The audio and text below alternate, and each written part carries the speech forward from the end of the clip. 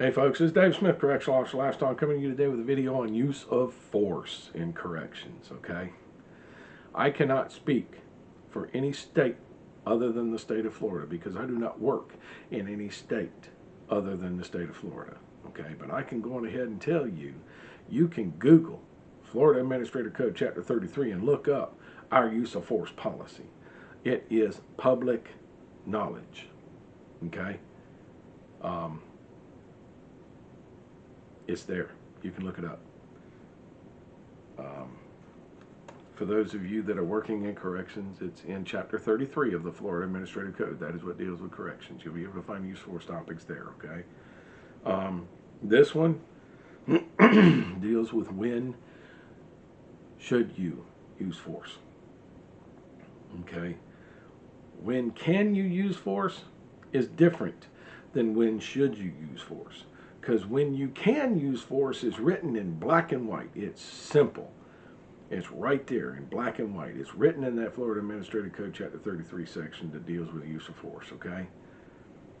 When should you use force is completely different, okay?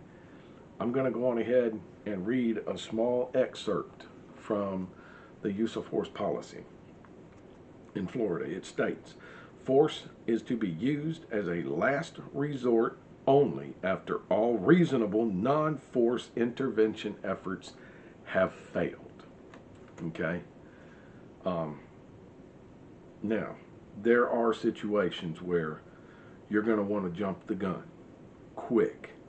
If you're saving someone's life, non-force intervention efforts, they're exhausted with you running up yelling at inmate to stop attacking that other inmate or stop attacking that officer. By the time you get there, if he hasn't stopped, you're gonna stop him, period, okay?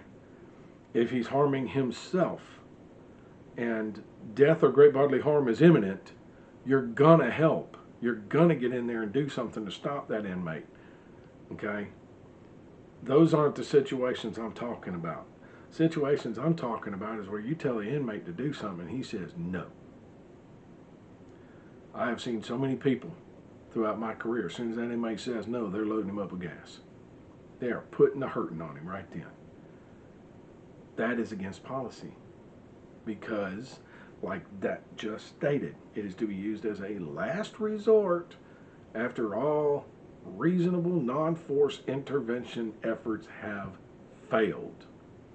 If an inmate is just telling you no, you have time to use other non-force alternatives to get him to comply.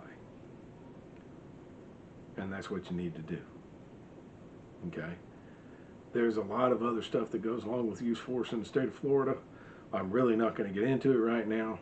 I could spend probably 2-3 hours talking about use force in the Florida Department of Corrections and how strongly I believe in both using force and not using force, depending on the situation, depending on what's going on, and depending on the correctional officer's use of good correctional judgment. That seems to have gone by the wayside. I'm trying to bring it back. We'll see what happens. All right, that's all I got for this video. Remember, force is the last resort. You can't just go in guns blazing and not expect to go see the inspector after you get done. Folks, I will see you guys in the next video.